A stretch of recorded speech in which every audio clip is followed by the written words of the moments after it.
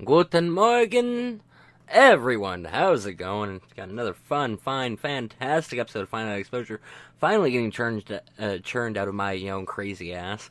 It's taking a little bit of time because a lot of things happened. Holiday season, January had brought a lot of changes to me, and so I had to make some choices and decisions on how I was going to do this. And boy, has it been a pain in the ass. Just a lot of things have been going on.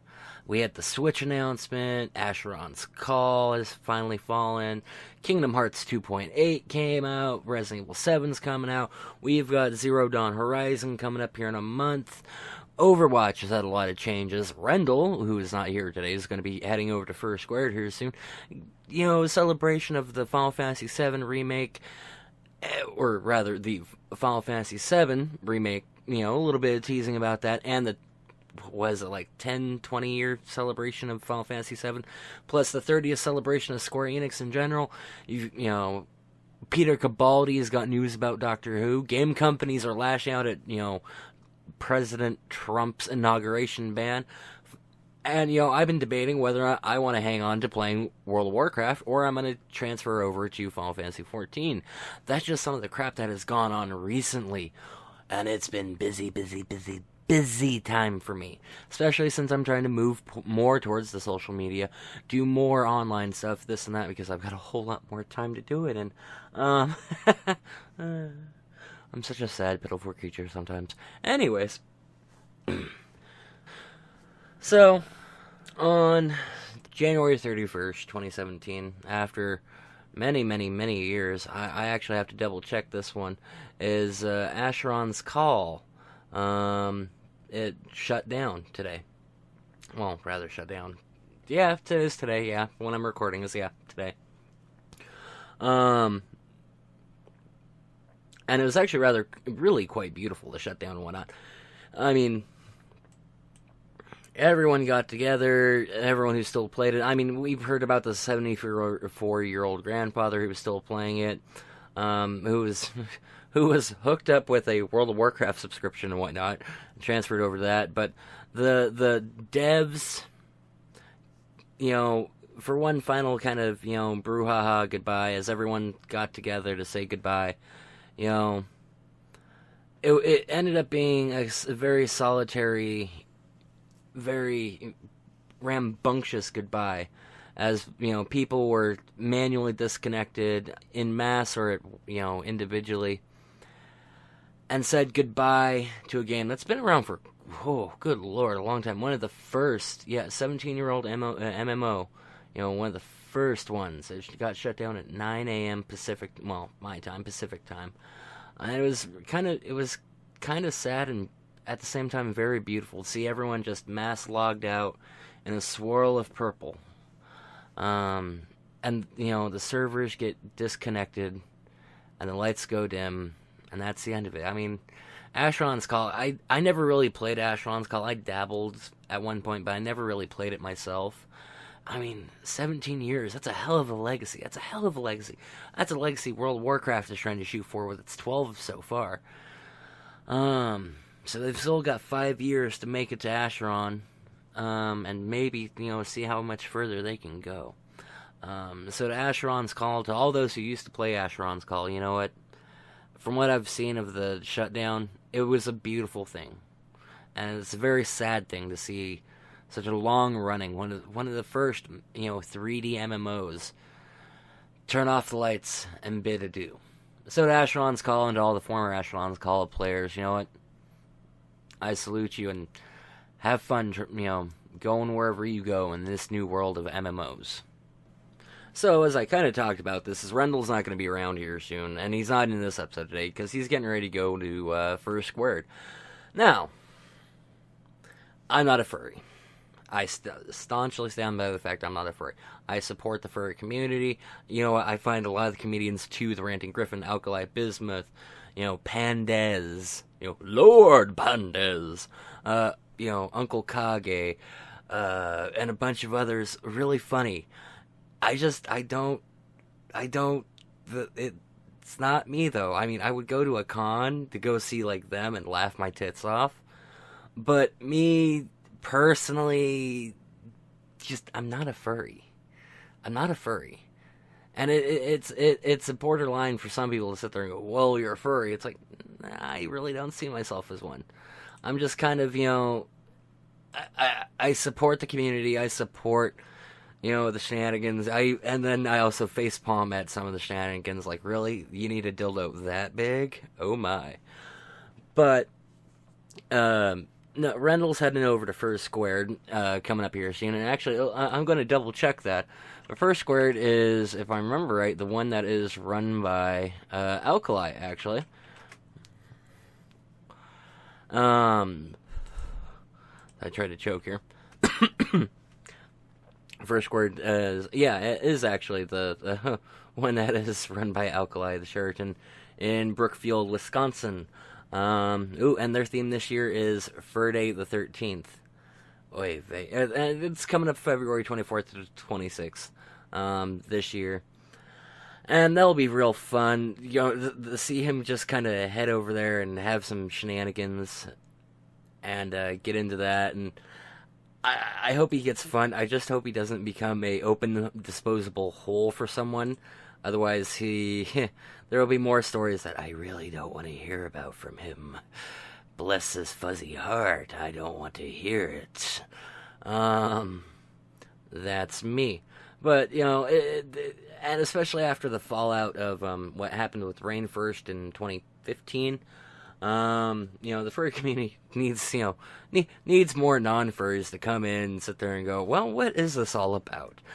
So, and hopefully the stories he will tell me won't involve, a baby force scat party, or, frat boys going, drink mother bleeper, drink mother bleeper, drink mother bleeper, drink.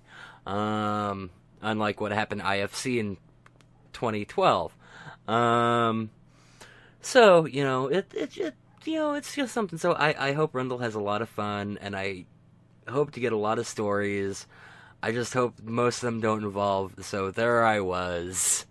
Because I'm pretty sure what little sanity I have left couldn't take that. So good luck, Rendal, and, to Fursquared, like Dragor and them. May gods have mercy on your soul. So, it was announced last night, for me it was last night, for the rest of the world it was like the 30th of January, is Peter Capaldi on live TV talked about how this upcoming season of Doctor Who will be his last season. Now, that saddens me a lot. I mean, we already knew that Stephen Moffat was going to leave. We knew Peter Capaldi, was going to last another season or two. I was hoping at least to get, 2 more out of him. I was really hoping, because I really like Peter Capaldi's Doctor. I mean, he's the wizard, and he's, a grumpy old man, and he's, childish, and this and that. But I just the news that, yes, it's going to be his last season, that we're going to get the, 13th generation, that we're going to get, another Doctor, when I've really come to enjoy Capaldi's run. It really saddens me to know that it's going to be his last, that he's going to be done. And that saddens me. No, I kind of get that. I'm thinking it's a little unspoken that part of why he's dropping out of Doctor Who isn't because he's done with it, but more of he's done getting dicked around by the schedule that has been set. I mean, taking almost a year off between filming, doing a special here or there, but nothing set, nothing firm, nothing just like work. Take a couple months off, work, and having it kind of unpredictable, having it, oh, is it going to come at this time? Is it going to come at that time? None of that, I very much get, from an actor's perspective, how that kind of unpredictability can be annoying. And why he would, kind of want to opt out of it, especially since, Stephen Moffat hasn't had the best writing record in the last couple of seasons, but Capaldi has been selling that shit like a genius. A lot better than Matt Smith was near the end. A little bitterness. At least I can still sit there and say David Tennant is the worst. Fuck you, David Tennant. And you're a doctor. Oh, did I hurt somebody's feelings? My bad. I don't give a shit. Uh, ninth all the way, bitches. Ninth all the way. Though that does remind me, speaking of Peter Capaldi leaving, is we just recently lost John Hurt. And that saddens me greatly, too, because John Hurt, yes, everyone remembers him for for being, Garrick Ollivander and being the War Doctor. But he had such a greater depth than just being, in the Harry Potter and Doctor Who. He was Chancellor Sutler in V for Vendetta. He was in Aliens. He was in Spaceballs, reprising his role from Aliens with the chest burster. Hello, my honey. Hello, my sweetheart. Hello, my lifetime gal. He was, he did all these other roles. The Elephant Man alone was just beautiful. 1984 by George Orwell. All these other parts, but everyone's gonna remember him for being Ollivander in the Harry Potter movies and Chancellor and the War Doctor. I mean, hell, he was in Hellboy. He was in Hellboy. Come on. At least give some more geek credit to that man.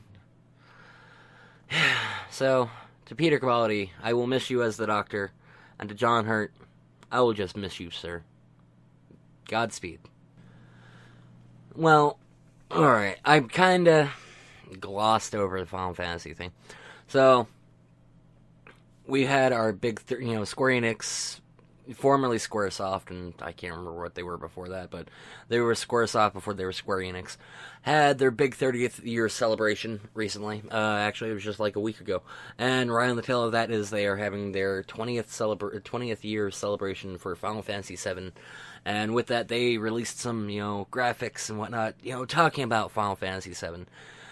Because they're doing this big, massive compilation remake where it's going to start with the stuff involving, Zack and Cloud when they were still part of Soldier, and the backstory of Sephiroth and all that, and going through Final Fantasy VII itself, and then going through Dirge of Cerberus and Advent Children. And they put out some great art, but there's still no real information about the games. And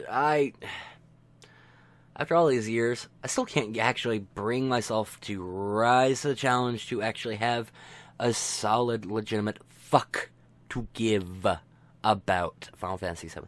Now, don't get me wrong. Final Fantasy VII was the first semi-full 3D Final Fantasy game. It came out on the PlayStation 1 way back in the day. That was in 1997. Holy crap, that was a long time ago. And it cemented itself in the culture. Now, I know quite a few people will sit there, like me, who will go, Final Fantasy VII, fuck you. And they'll go to, like, Final Fantasy VIII or Final Fantasy X. I sit there and go, Final Fantasy IX was my Final Fantasy. And honestly, I love Final Fantasy IX. I like 10. I love the gameplay mechanics of, 10 too. I try to ignore that 12 exists. Never really got into 11.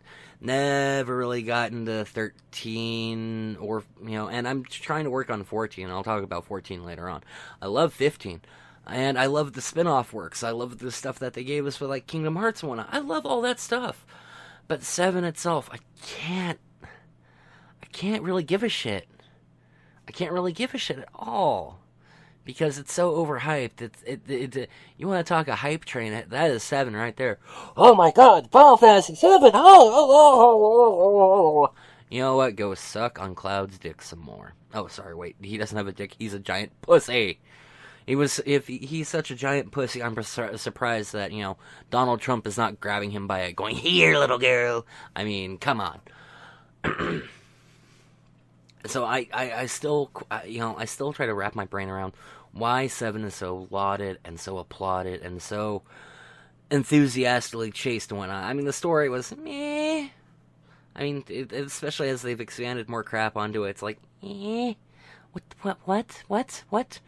I mean, I get kind of some of the backstory stuff, but, like, even then, it's still kind of retcon shenanigans.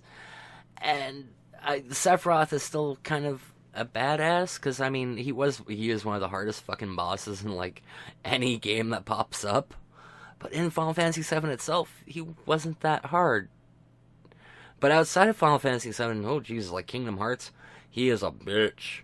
Kingdom Hearts 2, bitch. Just absolute pain in the ass. Oh my god, he will all of the rape your face.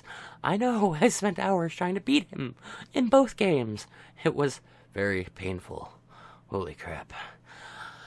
But, I think a lot of why people get so just get nerd boners over Final Fantasy VII is because they've got, nostalgia goggles on.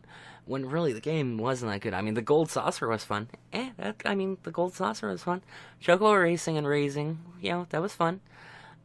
Otherwise, it was kind of like bland stereotype number 1, bland stereotype number 2.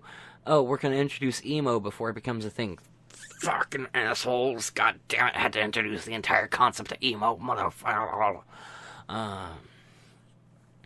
So, I don't get why Final Fantasy VII is so is put on this pedestal. I still don't. Though with the Final Fantasy, 20th anniversary stuff, they did, kind of do a little Kingdom Hearts 3 teaser stuff, which was kind of fun. Like, oh, that's kind of cute. They're recreating the scene, of Cloud standing there with a sword, staring at Midgar, the main Mako reactor. That's kind of cool.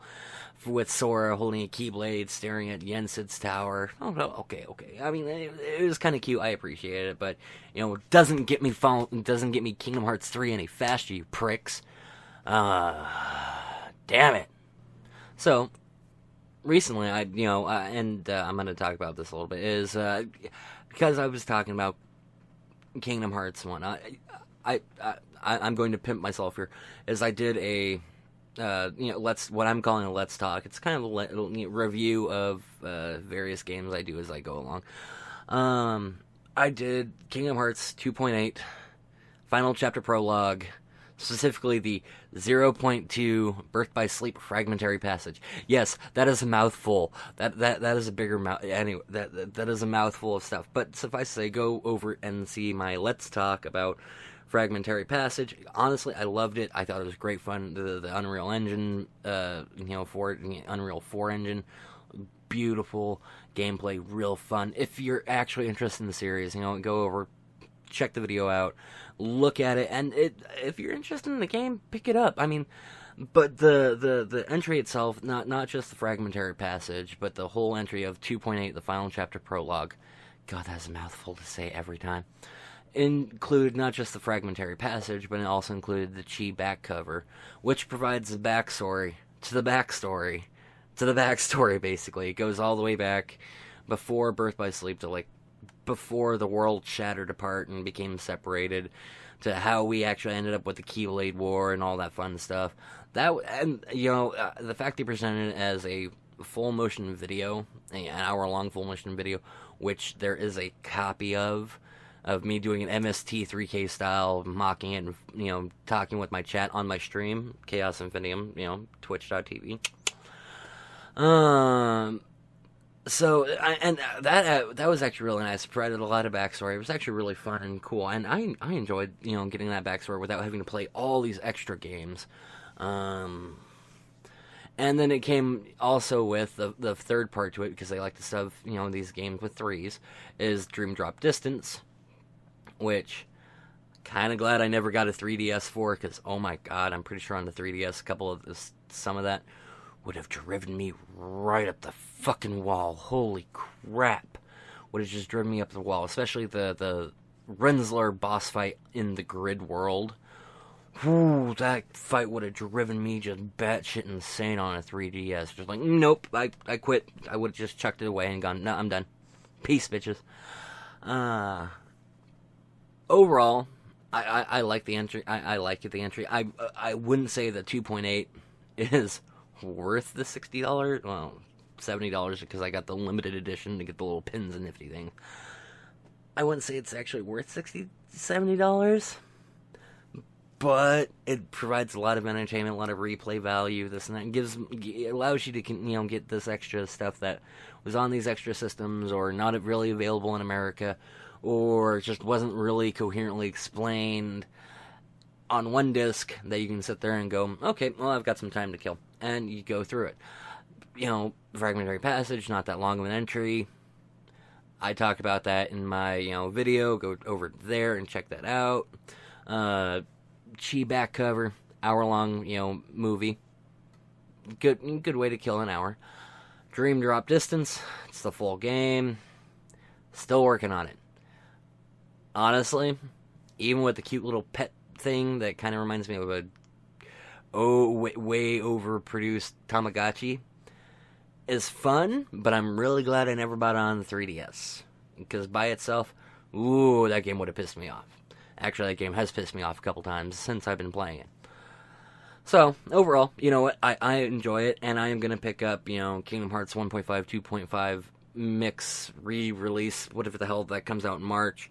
I am going to pick that up because I will replay the hell out of those games because that's going to have Birth by Sleep final mix, that's going to have Kingdom Hearts final mix, that's going to have Chain of Memories final mix, or remake, or whatever the hell they called it. It's going to have, Kingdom Hearts 2 remix, it's going to have all this extra stuff.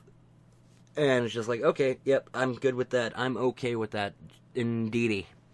Hopefully they do include, you can sit, draft your ports over from PS3 if you've got a PS3 save file. So it saves you a little time. And I'm going to play those when they come out and play those and stream those on Twitch. So that's going to be, a killing couple weeks of my life. So, there is all of that.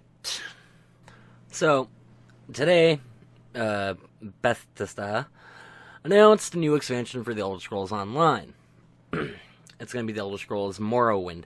That is going to add the island of Ravenfall to the game, allowing players to explore the iconic setting from Elder Scrolls 3 Morrowind. Now, I remember Morrowind. I enjoyed the hell out of Morrowind. Morrowind came out when I was still in school. That's been a while, making me feel old. I'm an old man. Since ESO takes place before the actual story of Morrowind, of Elder Scrolls 3 Morrowind, the game is going to basically place you on the island and allow you to explore and do everything that you can do in an MMO at the prime of the civilization. They're at the prime of basically the civilization that was there. Yeah, I mean, God, it's been so long since I played Morrowind. I have forgotten what the story is like. My bad. It wasn't a live stream today. They announced it with ZeniMax Online Studio. The expansion is going to be out June 6th, so that's going to be real fun. As they actually do have a firm set date for when the game's going to be out. Throughout the course of the Elder Scrolls Online, you've been able to kind of peek around at some of the stuff involving Morrowind, but you haven't been able to fully get into it. Well, now you'll be able to really get into it. Recently, back in 2005, and this is recent for the game, is they introduced the Orc City of Orsinium, brought in the Thieves Guild, the Dark Brotherhood to the the Dark Brotherhood to the game last year. So I mean, they've had some content going. With the expansion, they're going to release a new class called the Warden. They're going to fight using Earth-based magic and have an adorable but deadly bear companion. That's going to be interesting. There's going to be a lot of assholes that are going to call it the Barbarian. And I remember kind of beta testing for ESO, and the game didn't really catch my interest. I mean, I like Morrowind, I like the Elder Scrolls games. It just, an MMO never really caught my attention. I guess the game has gotten better since it launched a couple of years back now. Yeah, it just never really appealed to me. As I've kind of joked, quite a few MMOs with their sub bases have become a dying art. The fact that ESO still uses a sub basis doesn't really entice me to play it too much.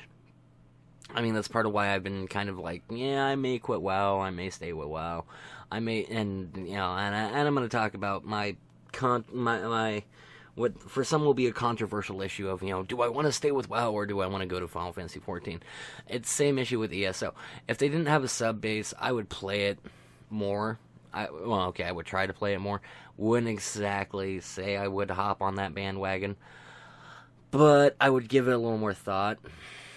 Now for ESO, new players will be able to buy the expansion and the base game together right now for like $60. Anyone who already owns a copy of the Tamriel Unleashed version of the game can pick up the expansion for $40. So that's really nice. Is if you already own it, you get a decent discount. If you don't own ESO at all, you'll be able to get the whole lot for $60. So that's really nice. I mean, I will give them that one. It's like, oh, you win there, sir. You win. That's a little bit better than what the World of Warcraft's been pulling. Is like, you gotta have to have all this other. You cheeky bastard. So the thing about that, real quick. I mean, Morrowind, Morrowind was especially marked as one of the best settings of the games. That's not to say anything against Skyrim or Oblivion. It's nothing to say against them at all. But Morrowind, everyone remembers Morrowind, though that might be, again, like I've said before, a little bit nostalgia goggles. But we'll find out more in the coming months to the ESO launch of the next expansion pack. So that's going to be, it's going to be real fun. Now that I've kind of tap danced around the MMOs and things like that a little bit, my favorite, MMO that's on an MMO is Overwatch right now. I mean, I play a lot of that, and, eats up my life so badly. Holy crap.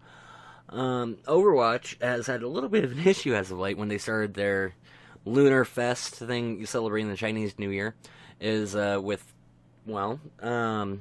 May, who is not skinny. May is not skinny. She is a pleasantly plump, svelte even character. And there's been kind of a bug with her Chinese New Year skins where it made her skinny. And people got all of the outraged about it. All sorts of grumpy and like, what? May is not like this. Why are you messing with my waifu? Why do you do this to my waifu? It's like, dude, chill. She ain't your wife. She ain't your waifu. Back up. They're working on it. At least Blizzard acknowledged there was an issue with May's skins and that they were working on it. I think as of the 31st of January, they have actually got that bug fixed, plus a little extra patching. So that's a lot of people. That's a lot of people will suddenly sit there and go, "Yeah, my waifu is back to normal," and where I just contemplate going, "Kill me, God, please.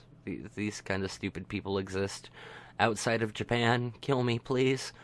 Along with that is they've been working on Roadhog's Hook, Roadhog's Hook 2.0. Now, I can't remember if it's actually live or not because I don't play a lot of Roadhog. I mean, you get hooked by him and thrown into a pit of doom, you kind of get pissed and you don't pay attention. But they have been working on Roadhog's Hook, and they may have implemented it already. I think it's still on PTR. Don't quote me on that. Though I do don't quote me on it being live, but I think it's still on the PTR right now. And they're not really redesigning it from the ground up, but they're finally fixing it so he can't chain you through walls, can't drag you across half the game screen, can't do all this, annoying nasty crap he's been doing for so long, which for me is a blessing in disguise. Because, oh my god, I'm tired of getting Roadhog hooked into that well. I swear I don't have any psychotic issues related to it. I swear I don't. I don't. Okay, yeah, I've got a few psychotic issues. Okay, fine. I will admit it, I've got some psychotic issues. Big deal. But, so, they're working on Roadhog's Hook. Finally. But they're also doing some buffs. Incoming buffs for Bastion. Bastion, who is, the happy turret of hell, who is easily countered by Genji and a few others, and unless you're Mei, then you just eat through Mei's ice wall, like, it's a pain in the ass that it is, but you eat through that ice wall and there's suddenly no more ice wall. It's so nice. But Bastion is getting some tweaks done to him. And he's been kind of the bane of a lot of people's existence, but he also has been kind of, a glass cannon. He can dish out a lot of damage, but, one good hit, he's done. Well, one of the first things they're going to do is, and this is going to be coming up to the PTR soon, is they're doing a lot of core ability overhauls and retunes, like his recon mode, his humanoid mode. Well, is going to getting lower spread and increased magazine size, just making it more viable, which is nice. The turret mode, aka sentry mode, is going to turn into more of a tank buster and barrier buster, is what they plan on. They don't want the transformation to feel like suicide, so it's going to be, I think they're going to tweak it so it's faster in and out transformations, which is going to be nice. I mean, even just slightly faster transformations could be enough time to dodge out of the way of getting murdered horribly. And they're going to also tweak the self-repair ability, which is going to get the biggest change. Is you currently, when you're self-repairing, if you're self-repairing in turret mode, you can't do shit. If you're self-repairing in recon mode, you can't do shit. You're sitting there like you are a sitting duck, so it's most dangerous, especially in recon mode when you're trying to get back to where you're going. If the team's pushing hard on you, or if you're trying to defend and you're trying to heal and the healer's ignoring you because you're in a corner because you're trying to do your job and the healer's a goddamn idiot. And you're trying to heal yourself. That means you lose DPS, you lose damage time, you lose doing your job to keep yourself alive. Well, the self-repair is going to be where you can now, where it's going to have a resource system similar to D.Va's defense matrix. Similar, not exactly. The changes are going to be really nice and try to make the character less niche and be more powerful and have more core survivability. And you'll be able to actually, like with the self-repair, you'll be able to repair while moving, and it's not going to be interrupted when taking damage anymore. That's going to be a little overpowered. That one is probably going to have to be adjusted maybe. I like that because if you, say, got a Bastion shooting at you, or if you got one of, Trollborn's stupid turrets, fucking Trollborn and goddamn turrets, I hate you, you bastard, shooting at you, you can at least heal up until you get a Reinhardt or some sort of shield in front of you, so you can sit there, heal up, and then commence firing. That's going to be real nice, and I'm going to enjoy the hell out of that. I'm going to have to actually hop back on the PTR and start playing more of the PTR, just see how these how these overall fixes are going to, are going to fix. They try to make sure they keep the balance right. So these fixes may make Bastion into the next Soldier 76, or may really screw him in metagame in general. So we're going to have to wait and see how that goes until they put on the PTR. Personally, I'm going to hop on there. I'm going to find out if they've got that up. Oh, it's Bastion time, baby. Anyways, so that covers, some of the Overwatch stuff that's going on. Though I do want to point out right now is they do have their Lunar Fest thing going, their Chinese New Year. So hop in there, play that, get some goodies, get some of the theme stuff. The Anna costume, I guess, is freaking out a lot of people right now. Bunch of pansy lightweights. Can't stand a simple grinning mask of at them. I don't know why. But whatever. Anyways, so that pretty much covers the Overwatch stuff right now. Let's move on. Okay, so Overwatch is out of the way. All the other goodies I've gotten out of the way. One I've been trying to get done for a while now, and I just keep running into a roadblock with it. So I'm just gonna charge into this. I'm just gonna run into it. Especially since we are basically a month away from launch of it. Is the Nintendo Switch. If you followed me on Twitter during the Nintendo Switch launch, I was making all sorts of comments and funnies and this and that, and comments back and forth. Me and Mike Schaffner at one point, I think it got into a little bit of verbal duel. I would have to go check my Twitter. But the Nintendo Switch comes out March 3rd. Mind you, March 3rd, it's not going to be a fun day for me, because I've got other things to do that day. Fuck. But March 3rd is Nintendo Switch. Nintendo Switch, which is their new big console, so especially since they just quit production in Japan of the Nintendo Wii U. Is their new flagship console that's coming out. Now, the Nintendo Switch looks really cool. I mean, it's really cool. That's the bottom line. It just looks really cool. It's at-home console, but it converts into a mobile unit. It's got your controllers. You just shouldn't slam down onto it, but you hook the controllers onto it. You pick up the mobile unit. You're on the go. That's really cool. I mean, and that may end up killing their Game Boy, quote-unquote, line, their DS, the Nintendo DS stuff, since they officially killed the Game Boy line a long time ago. And this may be their answer to, slowly filtering that out into, into this. And they talked about how the DNA of the, Switch was based off of, all their predecessors, all the things they did, and mixed it all together, and trying to make the best family and best mobile and best at-home console that they could. Well, so far, it looks really cool. The concept of it looks really cool. The design of it looks really cool. I do have issues with it, and one of those issues is the controllers themselves, the Joy-Con, which is a fucking retarded name. Joy-Con! Sorry, but just Joy-Con. And even in the Nintendo president's hands, they look tiny. And this is a Japanese man who's like 5'4", 5'3", somewhere in there, and they look tiny in his hands.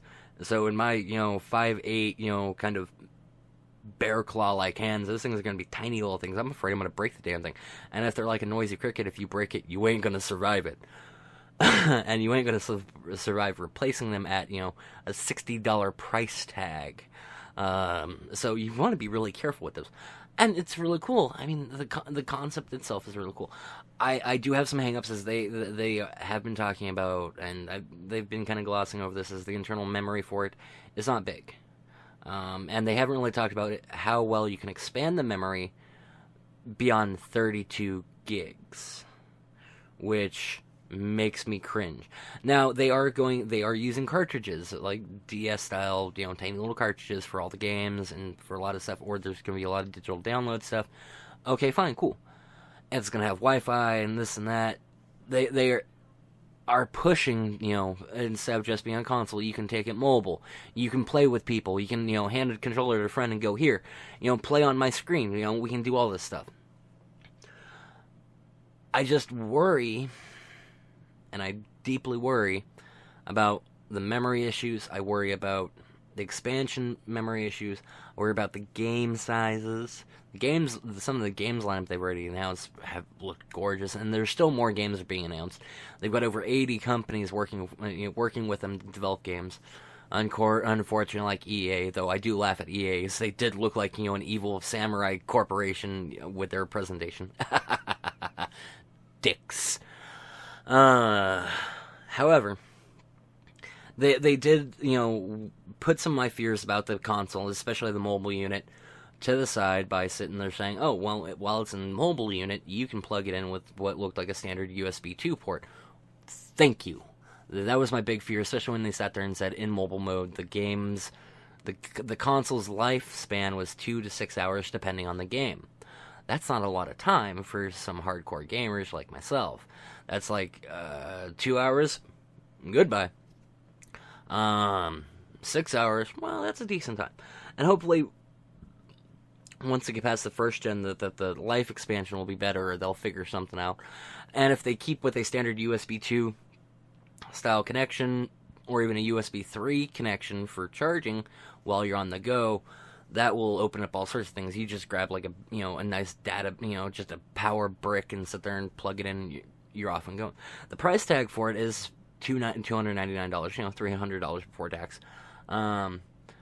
So that's decently priced. That's comparable to PS3 or to the PS4, to Xbox One right now. So it's good price. It's competitive. It's not out there. Good job. The game lineup right off the bat. You've got Legend of Zelda Wind Waker. Holy shit! They announced Skyrim. So that's going to be cool. They're going to hopefully kind of take a little bit of a PS4 route, allow more MMOs, things like that, more integration with that. If they were real smart, they could try to get like Diablo 3 on the console. Oh my god, that'd be so nice. Diablo 3, that could be fun, especially playing on the road. I would be happy. Hopefully they get around to doing things like that, but I'm not going to hold my breath. But what they have, announced for launch, especially the new, in the same vein as like Mario 64 or Mario Sunshine, Mario, I can't remember the title right now, but it's a new Mario game that's open world, RPG-ish. That's going to be real nice, because I liked Mario 64, I liked Sunshine. Those were fun as hell. I'm not sure how I feel about the hat with the eyeballs, but that's neither here and there. They've got Splatoon 2, which for some people, I guess they care. I mean, parents who have kids, teenagers, they may care. I sit there and went, Splatoon? Okay. Hopefully they can, maybe negotiate with Square Enix and get some more Final Fantasy stuff on there. Come on, you want to. Hopefully we could see some more, maybe Kingdom Hearts ported over to the Nintendo Switch. That could be real fun. Right now, game system looks good, sounds real good. The lineup they've got coming out looks great. The price is manageable. Hopefully this isn't their swan song. Hopefully this isn't Nintendo's Final Fantasy. This is their make it or break it shot, especially after the decline in sales from the Wii U, because no one really liked the Wii U. Everyone loved the Wii, didn't like the Wii U. And hopefully this will actually revitalize the market and at least keep them viable, because they've stayed as the king of the mobile gaming. Well, now that you've got mobile console gaming, hopefully this definitely resparks the console wars in a new direction. And we get to see maybe a revival of the PS Vita in a better form and better functionality than what we saw. Xbox is going to be, just kind of sitting there twiddling thumbs and toes going, well, we're going to become a computer now, which is what they're aiming towards. So, Nintendo Switch comes out March 3rd, 2017. If I could afford to buy it, or if somebody wants to throw me money, make it rain, I would pick up that console in a heartbeat and start streaming it. So, Nintendo Switch, March 3rd. Keep an eyeball out. I'm keeping an eyeball on it, and if I can pick it up, I'm going to pick it up. If I can't, I can't. I've got a lot of things else to do in the coming month and a half, so there's that. Alright, so kind of tap dance around this one a little bit. And the same day that Kingdom Hearts 2.8 came out is the same day that Resident Evil 7 came out. Resident Evil 7, which everyone's been so excited for, especially since, Resident Evil's, final chapter, the movie was coming out at the same time, roughly the same time. Well, it came out this week. So everyone's like, oh, Resident Evil, da-da-da-da-da-da, excited as, a couple of goldfish at a feeding frenzy. And the game itself is actually not that bad. It's full of spoopy. I mean, a lot of spoopy. A little bit of, there are a couple occasions where it's not just, jump scares, where there's, good suspense and made my sphincter, clench tight. That said, I wonder if the game is make or break for the series. Because it breaks away from everything that's already established. It breaks away from Tricell, breaks away from Umbrella Corp. No more Chris or Leon or any of those guys. It all breaks away from that and takes itself on a new path. Now, that path, mind you, does kind of involve immortal cannibal rednecks and tar man like zombies, like I'm watching Return of the Living Dead, which is kind of cool. There's no real zombies per se in the game, but at the same time, there are zombies, but they aren't. It's weird. Now, the game is spoopy, and it does have its, serious jump scare moments, and it is all around good fun. That said, they do have some DLC for it. They do, which actually the first of the DLC came out today. Some of the Forbidden tapes or whatever tapes. I haven't got around to playing. I'm still playing through the main game. And so far, I'm enjoying the game. I've heard quite a few people who are big fans of the series, like psychotically big fans of the series, talking about and enjoy the series and enjoy the games a lot, and are really enjoying Resident Evil 7. Me, I've always been kind of picky about my horror games. That's not to say it's not a good game. It's not to say it's a good game. It's not what I come to expect with a Resident Evil game. That's not saying it's bad. That's not saying exactly good. It's more of I'm kind of being, as a friend would joke and call me, Anoki the fence sitter on that one. Is I am in a little middle. I enjoy the game. It is a good game. It's a great fun game. It does have its spook, its terrors. Just not sure it's Resident Evil. And that's where the problem comes in. Though, with what they've done to the Resident Evil series, after 4, that's kind of a hard thing to say, because 7 takes it back to its survival horror roots. It takes it back to where you have to sit there, where you are fighting for your life, where you don't have infinite bullets, where you don't have cassette cases everywhere, where you don't have all this stuff, where you have to sit there and manage it, where you have to survive. Now, that's not to say there isn't like an autosave feature for people who like to screw up a lot. Hi, I'm one of those people. So it will sit there and hold your hand a little bit, make you feel comfortable, until it slaps you and makes you jump and shit yourself, which hasn't happened to me, thankfully, but it's gotten dreadfully close at times. But overall, it is actually a really good game. It is fun. It has its spook. It has its survival. It's got built-in, VR capabilities, which makes it even better. If I had a VR headset to play it with, I don't, but still, so Resident Evil 7 came out. It's a good game. It really is a good game. It really does go back to the survival thing. It really makes you feel suspense. I'm just not sure you could actually call it Resident Evil. You could call it generic survival game 7. You could call it, evil survivor of zombie Tarman wannabe hillbilly redneck cannibals 7. That's a little more accurate, perhaps, but overall, the game is still good. It is fun, does what it needs to do. Could be better, could be a lot better, but it could be a lot worse. I'm looking at you, Resident Evil 6. I am looking at you, and Resident Evil movies, and Umbrella Chronicles, and, anyways. So, another big hot topic button that's been going on recently. I have made it a vow kind of to try to stay out of politics. I've made it a big vow. I've been trying to avoid politics real hardcore. Especially after this last election year drove me almost completely off social media. Drove me into almost a comatose-like hole in the world where I'm just like, no more. Won't avoid the fact we do have, Mr. You have small hands. Mr. Oh, you are the great pumpkin, Charlie Brown. Mr.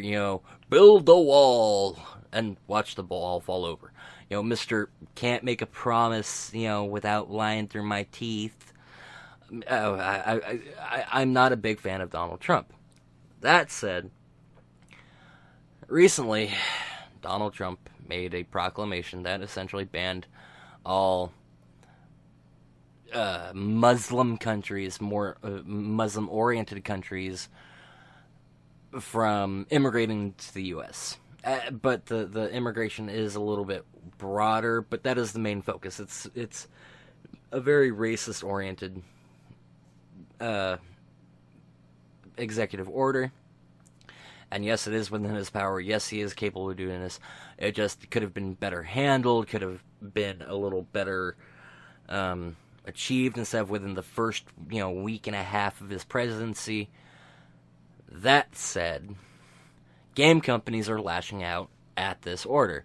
Insomniac is one who is lashing out heavily at President Trump, stating that the immigration ban is deplorable. And a lot of Insomniac, which is, creators like Ratchet and Clank and Resistance, are very strongly condemning the immigration ban. Ted Price, the company CEO, has said, "Is this the American way? Is this discriminating based on religious faith and national origin American?" Absolutely not. This is a deplorable discriminatory act that we and many others across the nation believe is patently unconstitutional. We have been, we are, and will always be a nation of immigrants. They even put out a video, and they are very heavily slamming against and fighting the immigration ban. Now, they aren't the only ones. Various video game lobby groups have given measured statements on the immigration ban, such as the Entertainment Software Association, which does represent the U.S. gaming industry. And it's a very tepid statement, and in it they, asked the White House for caution. Now, mind you, the backstory to this is, since Saturday, travelers and dual nationals from Iraq, Iran, Somalia, Libya, Yemen, Sudan, and Syria have been barred from entering the U.S. Some of these people who have been barred do include translators and nationals of those countries who have been helping our armed forces diligently and consistently for all of the armed conflicts for the last almost 15 years. 16 years almost. Against terrorist forces. And it has created an issue. I mean, and the ESA has said, as the Entertainment Software Association urges the White House to exercise caution with regard to vital immigration and foreign worker programs. They note that gaming companies rely on skilled talent of U.S. citizens, foreign nationals, and immigrants alike. Our nation's actions and words should support their participation in the American economy. The press release also added that they recognize that enhancing national security and protecting our country's citizens are critical. And it's all and while the ESA did not provide further comment when various sources, such as like Kotaku and others, emailed them, they are not above sitting there saying, here's this and this and this, but they are not commenting further on the matter. The ESA published, various press releases about immigration travel issues before, including like the P1 visas, which foreign esports athletes must obtain before competing in major U.S. tournaments. And after the Trans-Pacific Partnership passed, the ESA expressed the importance of fair trade to the industry, something that may be heavily tested with Trump, especially as it renegotiates the North American Free Trade Act. And imposing a 20% tariff trade with Mexico. I want to point out just for a fact, that 20% trade on Mexico is affecting us. It's taxing us on the goods coming in from Mexico, not goods going out. We're paying for shit. So, there is that, and my opinion on that is yeah, it's a lot of the issue comes down to, I understand for a national security point of barring this. This is not the first time in my lifetime that we have closed our borders to, essentially terrorist-oriented or a religiously oriented countries like Syria, Yemen, whatnot. This is not the first time. I'm going to heavily stress that this is not the first time. At the beginning of Obama's presidency, something similar occurred. People didn't lose their minds like they are now, but people are losing their minds now, much because of the controversy that is Trump and his election and position as president of the United States. I get it as a security basis. However, there is the concern that it's not well thought out, that it is blatantly racist, that it is targeting a demographic based upon notions that are not honest, as they are. And the fact that it is going to affect games and geeks and other, people who aren't part of the problem. That's where the problem lies. Now, we have this great invested, vetting process for people coming into the nation, so on and so forth. But as Trump said, if we gave them a warning, they would have taken advantage of it before it went into effect. I get that, but at the same time, doing this so suddenly, doing this so actively, being one of the first things you do when you come into office, makes people kind of clench their sphincters and go, wait a minute. So we're going to have to wait and see how this is going to play out, how this is going to go. There's a lot of controversial stuff, and it's already affecting the game industry, and even the trade of like anime and cartoon, anime and games and whatnot. So keeping an eye on it, and that aspect alone is one of those big issues. So there is all of that. And now for the final segment. I've been debating with this a lot recently. Back and forth, and I've been weighing the pros and cons both of whether or not, after a lot of years, a whole lot of years, since about 11 years, 10 years, somewhere in that neighborhood, of playing World of Warcraft, of finally cutting my sub and going to another MMO, in this case, Final Fantasy XIV. And there are pros and cons across the board. I mean, right now, WoW is finally kind of getting its crap back together especially after Warlords of Draenor. And that's nice, and that's kind of kept me around for a bit longer. So it's delayed my real show now. It's kind of what's delayed my abandoning ship for so long now. Is they're getting their crap back together, they're sorting it out, they're like, okay, we've got this, and this, and oh, here's more of this, and this. Their go big or go home expansion, or as Rendal likes to call it, the Oprah Winfrey expansion, has done a lot to keep me playing, keep me coming back. I can take a couple days off, not really miss anything, but there'll still be stuff to do when I get back into the game. Even if it's kind of alt unfriendly still. The catch-up mechanics have been nice, have been useful, this and that. But it's still the same WoW. It's still the same World of Warcraft.